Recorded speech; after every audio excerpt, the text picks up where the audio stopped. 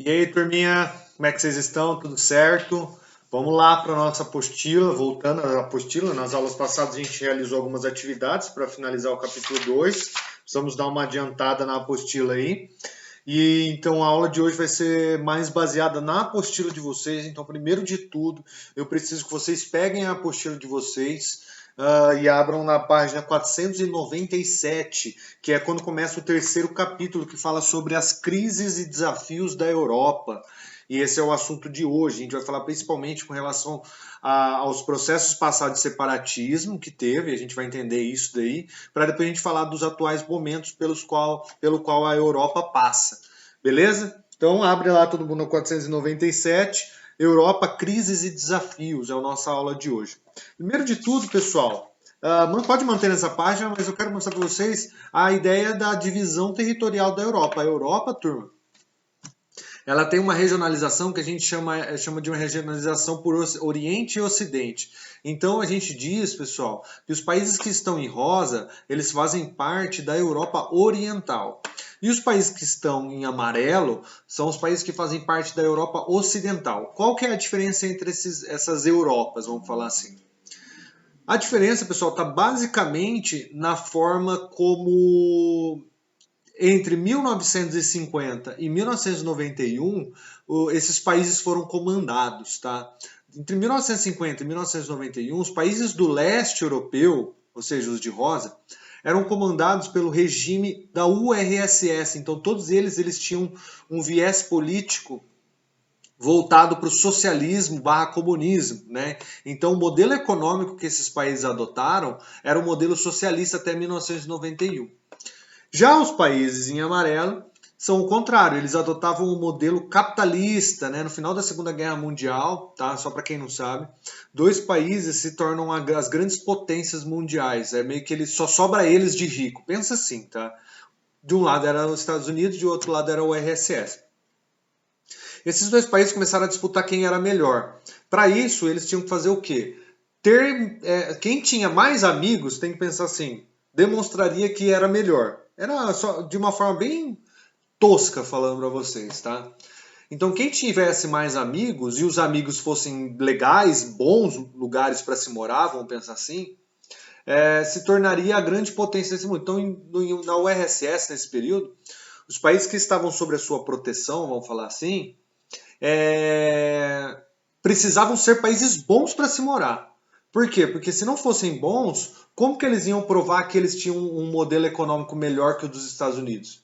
E os Estados Unidos faziam a mesma coisa. Os países que eram parceiros dos Estados Unidos tinham que ser bons lugares para se morar, porque só assim ele convenceria o resto do mundo que eles eram melhores que a URSS. Então a gente teve um período que a gente chamou de Guerra Fria. Depois que acabou a Guerra Fria em 1991, as diferenças econômicas entre esses dois lugares ficaram muito claras, pessoal. Como assim? Hoje, pessoal, na atualidade não existe mais país socialista e capitalista na Europa. Só que os países que eram socialistas, os países do leste europeu, hoje são muito mais pobres do que os países do ocidente europeu. Então, os países do Oriente hoje são mais pobres do que os países do Ocidente. Por isso que a gente até hoje usa essa divisão. A gente fala Europa Oriental e Europa Ocidental. A Europa Oriental são aqueles países que eram comandados pelo regime socialista, hoje são capitalistas, mas comparado aos outros países, eles estão atrasados. E os países do Ocidente são os países que eram comandados pelo regime dos Estados Unidos, o capitalista, e no final da Guerra Fria, eles tomaram o comando da Europa, eles são hoje os países mais ricos. Tá? Então essa é a diferença clássica na Europa. Então, quando você vai fazer uma viagem para a Europa, você tem que ver se você vai para o leste ou para o oeste, ou para o oriente ou para o ocidente. Tudo faz, leste ou oeste, ou oriente ou ocidente, porque vão ser países completamente diferentes. A Europa Oriental ela é menos explorada, porque os países aqui eles são mais pobres, né? Só que eles têm uma vasta cultura, uma vasta história. Então lá você tem, por exemplo, cidades medievais. Então assim, é muito antigo essa região do leste europeu aqui. Tá? Agora, a Europa Ocidental ela já é um pouco mais rica, né? Onde está a Alemanha, França, Espanha, Reino Unido, os principais países da Europa. Tá? Então é a primeira grande diferença que a gente precisa aprender. Por quê? Porque, outro detalhe também que é importante, pessoal. todos os países da Europa Oriental, eles têm uma ascendência, eles têm um viés, eles têm uma proximidade com os povos eslavos, os povos russos. Então eles têm uma língua bem parecida com a língua russa aqui, tá?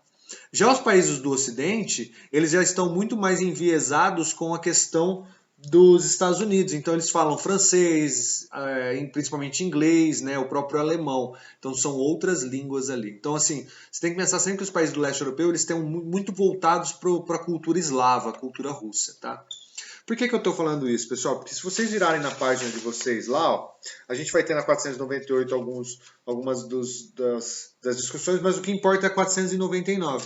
Se você olhar lá em cima, está escrito assim, ó, espaços de instabilidade na Europa Oriental. Por quê? Porque primeiro a apostila da 499 até a 502, a apostila vai falar sobre problemas atuais da Europa Oriental. Beleza? Depois da 502 até... Peraí.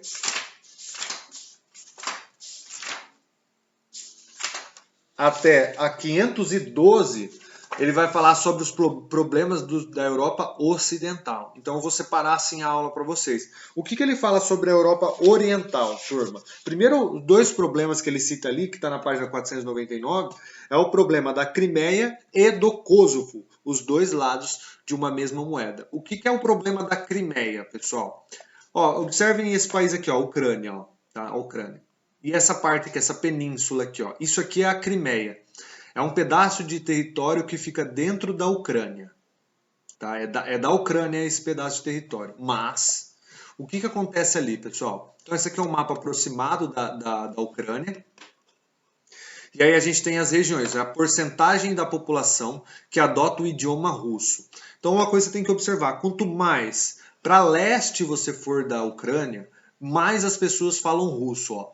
E quanto mais para oeste você vai da Ucrânia, mais as pessoas falam ucraniano. Então, apesar da Ucrânia ser um país, né, nem todo mundo lá fala ucraniano.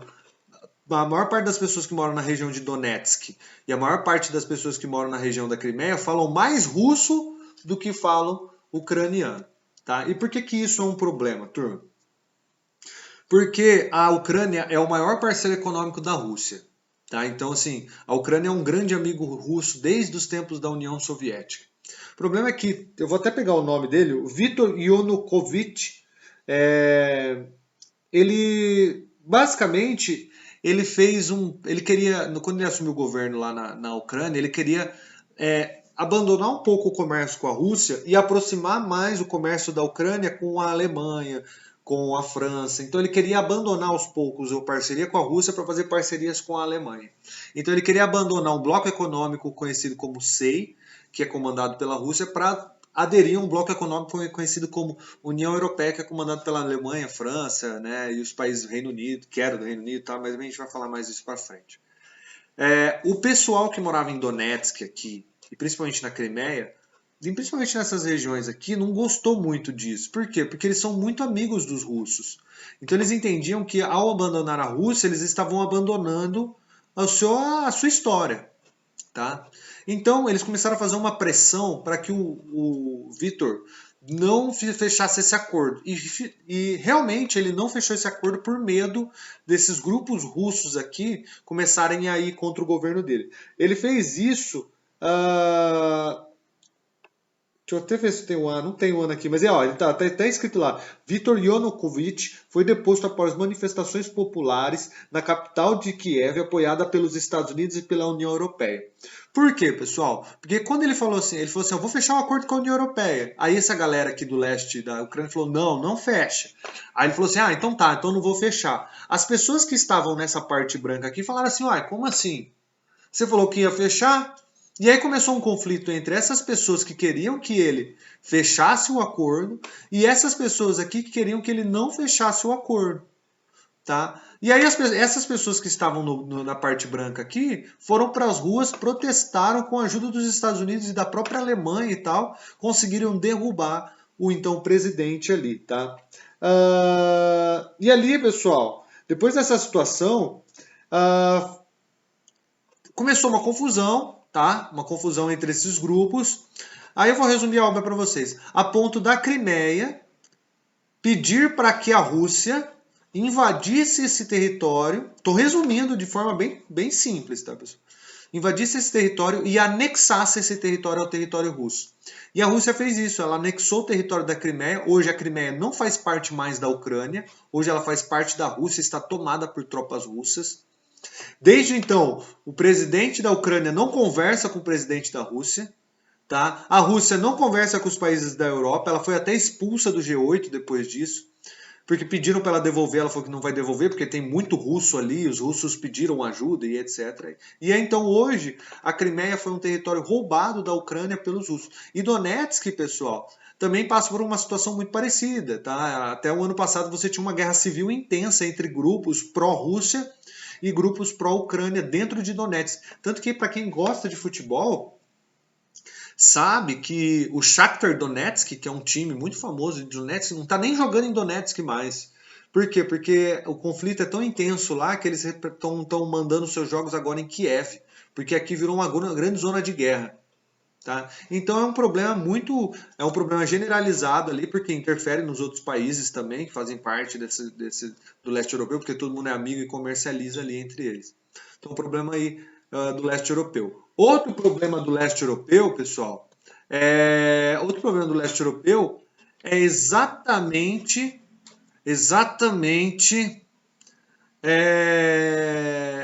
aqui no caso Kosovo, né? Desculpa, pessoal, tá? Vamos perdoar. É o Kosovo o problema.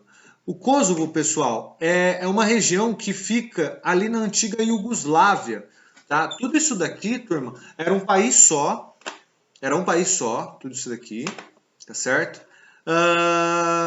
E aí, depois da morte, aí não cabe aqui eu contar, mas vocês vão lembrar que foi a parte que veio, vamos ver se até tá aqui, deixa eu ver só aqui rapidinho, que foi a questão da Iugoslávia, que a gente até estudou. Então tudo isso aqui fazia parte da Iugoslávia. E o Kosovo, pessoal, é uma região ali, ó, que está até escrito na apostila de vocês, dá uma olhada lá. Na página 499 lá. Então o Kosovo, ele é uma região que ele é reivindicado pelo povo sérvio. Então o povo sérvio fala que esse Kosovo é deles, tá? Desde o Império Turco Otomano, tudo isso está no último parágrafo da 499. E até hoje, pessoal, o Kosovo ele tenta a sua independência do território sérvio. Tá? Então os sérvios eles falam que é deles, mas os kosovenses falam que eles são um país independente. E o Kosovo hoje ele só é reconhecido como um país só por 116 países dos 193 que fazem parte da ONU. Então você tem vários países no mundo que não reconhecem o Kosovo como um país, reconhece o Kosovo como uma parte da Sérvia. E até hoje você tem conflitos ali na página, por exemplo, 500, vocês têm lá ó, algumas imagens dos kosovares, não é kosovenses não, dos kosovares de origem albanesa protestando contra a presença das tropas sérvias dentro do Kosovo. Então também é um problema ali do leste europeu, beleza? Agora, a gente também tem o problema da Geórgia também, ó, que aqui é o território russo, a Geórgia é um pedaço da Rússia que fica aqui na cadeia do Cáucaso. Aqui tem uma grande cadeia de montanhas, aqui é o território da Geórgia. Da Chechênia. A Chechênia, pessoal, não é o caso da Geórgia, a Chechênia eu acho que é o próximo. Aqui, ó, caso da Chechênia, perdão, pessoal. É porque ela fica no norte da Geórgia, né? Então aqui, pessoal, a Chechênia também é uma situação muito parecida com a situação dos kosovenses, dos kosovares, muito eu. É um território que está no território russo, de maioria islâmica, tá? A maior parte dessas pessoas são islâmicos, e a Rússia, ela segue uma religião que é o catolicismo ortodoxo, e não bate muito com o islamismo ali da Chechênia, então eles querem a separação, eles queriam a independência do território deles, né? E os russos não dão, então eles têm um embate com os russos até hoje, tanto que eles já conseguiram, né? Quando você teve o fim da URSS, eles conseguiram uma certa independência, porque quando o Boris Yeltsin assumiu lá o governo da Rússia depois da URSS, ele estava tão preocupado em reconstruir a Rússia que os chechenos foram lá e declarar a independência e ele meio que não ligou, sabe? Né? Ele tentou até uma invasão lá, mas perdeu, mas ele deixou eles eles falaram que eram independentes. Aí em 99, eles vão com uma força militar muito forte para a região da Chechênia e reconquistaram a Chechênia. Ficou conhecida como a Segunda Guerra da Chechênia. Destruíram todo mundo lá e reanexaram o território checheno ao território russo. E hoje é um país, é um território que quer independência e não tem a independência. Beleza? Agora, na página 502 até a 512, pessoal, vai ser só os problemas relacionados à Europa Ocidental. Aí, no caso, são os países em amarelo. O primeiro de todos, pessoal, é o caso da Espanha. Tá? Por quê? Porque a Espanha, pessoal, é um dos territórios com maior plurinacionalidade existente. O que significa ali? Pessoal, significa que a Espanha ela é um conjunto de nações. Tem vários grupos, várias pessoas da Espanha que não queriam fazer parte da Espanha e sim queriam fazer parte de um próprio país. Então é uma das regiões que mais tem grupos que querem se separar, movimentos separatistas, a gente sabe, a gente chama. A gente tem as pessoas que moram na região da Galícia, que querem formar um país que se chama Galícia. As pessoas que moram na região de Leão, as pessoas que moram na região da Astúria, Cantábria, um dos mais famosos é o famoso País Basco, os Larrojos, a Catalunha é um bom exemplo, que é os dois que eu vou trazer, Andaluzia. Então você tem ali, pessoal, várias nações que lutam pela independência. Só que todas são muito calmas, com exceção a dois grupos, os bascos e os catalães. Esses daqui, pessoal, eles criam vários conflitos ali na Espanha, a ponto de já ter quase gerado guerras civis entre esses grupos, tá? Até na atualidade, tá? Talvez o bom exemplo, eu acho que para todo mundo entender, é a Catalunha. A Catalunha, pessoal, é exatamente onde fica Barcelona, tá? A Madrid fica na Espanha não separatista. Por isso que Madrid e Barcelona se odeiam. Porque a Catalunha, para os catalões, Barcelona seria a capital deles caso eles conseguissem a separação. Então, se eles se separassem hoje da Espanha, eles já tinham até capital. Eles já tinham até seleção. Segundo eles, a seleção deles é quem? O Barcelona. Por isso que a bandeira... Você pode perceber que o símbolo do Barcelona, se vocês forem na 503, todo mundo vai lá na página 503 para vocês verem. Observem lá os manifestação de estudantes contra a decisão do governo espanhol de proibir o referendo pela autodeterminação da Catalunha. Observe essa menina aí, ó, e as bandeiras atrás dela. Olha as cores da bandeira. Azul, uma estrela, vermelho e amarelo. Não lembra alguns uniformes do Barcelona? Não lembra um pouquinho a bandeira que está dentro da bandeira do Barcelona? Então, Barcelona, pessoal, ele é a representação, ele é a capital da Catalunha. Os catalães, pessoal, eles não querem fazer parte da Espanha. O sonho deles é se separar. Professor, mas aí o Barcelona não ia fazer mais parte do Campeonato Espanhol? Provavelmente não faria mais parte do Campeonato Espanhol e se tornaria uma seleção. Ah, mas o Messi argentino pode jogar na seleção do Barcelona? Não, ele teria que voltar. Ele teria que jogar por um outro time, no caso. Então, percebe? A Catalunha é uma região separatista, é a região mais rica da Espanha, tá? Então eles querem se separar há muitos anos. Se você for para lá, pessoal, vocês vão perceber que nem espanhol direito eles falam. Eles falam o que eles chamam de catalão, que é tipo um espanhol bem enrolado, assim. Muito mais enrolado que o espanhol. É bem difícil de entender o catalão. Agora, o caso clássico mesmo, bem legal, é o País Basco, pessoal. O País Basco, a coisa já é bem mais radical lá. Eles são tão separatistas, que eles têm até um grupo separatista que luta contra o governo espanhol com arma na mão. Já cometeu vários atos de terror lá na Espanha, lá, que é o famoso ETA, Euskara Ta Ascuna. É um negócio assim, Euskata Ta Ascuna, que é uma sigla, que é uma frase que significa, em português, liberdade basca, alguma coisa assim. Mas, professor, o que é os Carascanastuca? Que língua é essa? É a língua basca, que não tem simplesmente nada a ver com o espanhol. Nada a ver com o espanhol. É uma mistura de espanhol com alemão. É bem difícil, é uma das línguas mais difíceis do mundo. Lá eles falam basco, eles não falam espanhol. Tá? Então, aqui eles têm até um grupo terrorista que ataca a Espanha para pedir a separação. Então o negócio lá é bem radical mesmo, tá? Bem radical. Então são alguns dos problemas do lado do lado da Europa Ocidental. Um bom exemplo também, pessoal, é a questão do Reino Unido, tá? O nacionalismo do Reino Unido. Então, a primeira coisa de tudo, a gente tem que entender a diferença entre Inglaterra, Grã-Bretanha e Reino Unido. Pessoal, ó, vou começar por aqui, por esse lado aqui, ó.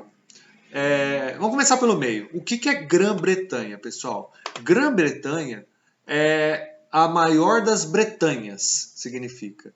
Bretanha, pessoal, é essas duas ilhas aqui, ó. Essas duas ilhas que ficam nessa região da Europa, ó. Vou mostrar para vocês. Olha aqui, ó. São essas duas ilhas aqui, ó. Tá? Essa é a Bretanha, eles chamam. Essas duas ilhas. Tá, e o que é a Grã-Bretanha? A Grã-Bretanha é a maior das ilhas, composta por 3 países: Inglaterra, Escócia e País de Gales. Então, pessoal, a Inglaterra é um dos países da Grã-Bretanha. Então, você tem a Inglaterra aqui, é um país só. E aí ela faz parte da Grã-Bretanha, a Inglaterra, que é quando se soma a Escócia e o País de Gales. E o que é o Reino Unido, pessoal? É a Grã-Bretanha inteira mais um pedacinho da pequena Bretanha. Que pedacinho é esse? A chamada Irlanda do Norte, que é diferente da Irlanda. Tá? Então, só para deixar claro aí, deixa eu só ver um negócio da gravação aqui. Deixar claro para vocês, tudo isso aqui fazia parte de um mesmo reinado, lá na época de Luís e tal.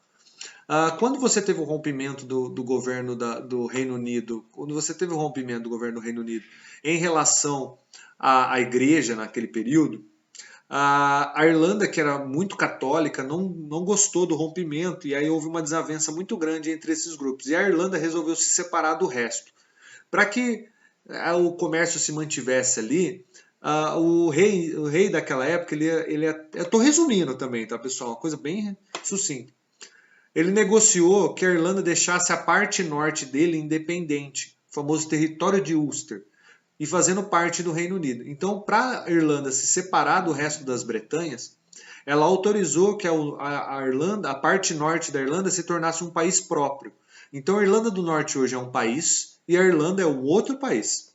Só que só faz parte do Reino Unido a Irlanda do Norte. Então, vamos lá de novo. Ó. Inglaterra é um dos países das Bretanhas.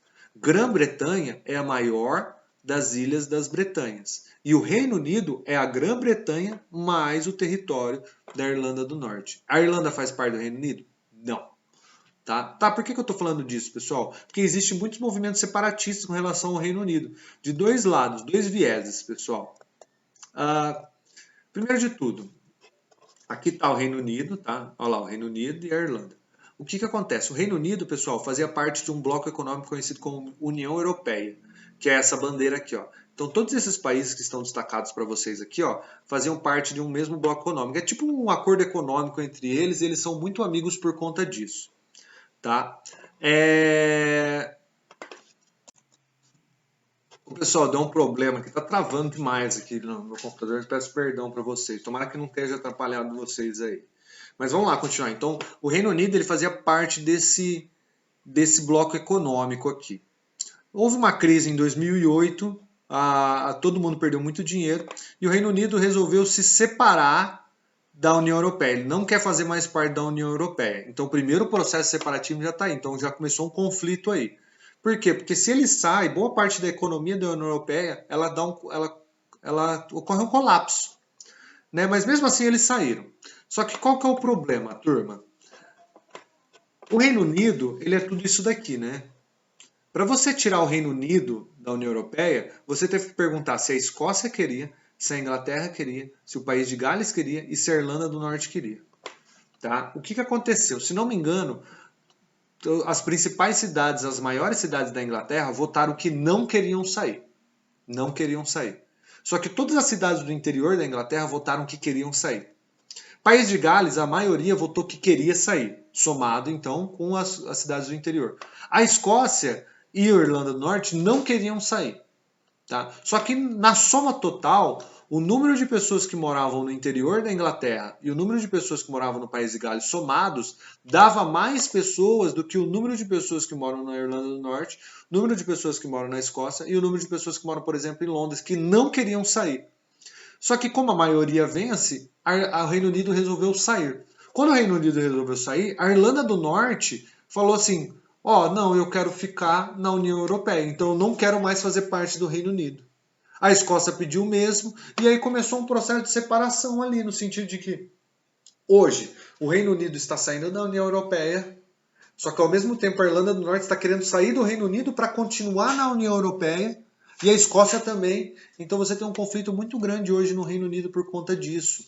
É um dos grandes problemas econômicos que a gente vai ter daqui para frente. Por quê? Porque com a saída do Reino Unido da União Europeia, vários contratos de venda e compra vão ter que ser refeitos. Então imagina o prejuízo financeiro para os grandes bilionários e etc.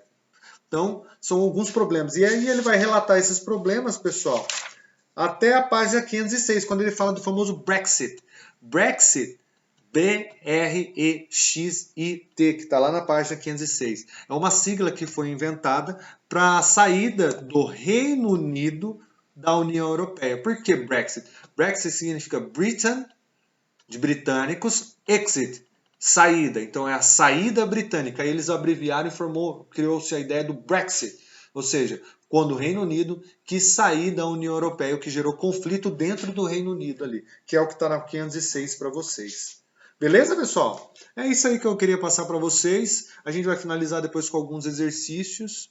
E é isso, tá bom? Beleza? Até mais, pessoal, e fique em casa, viu?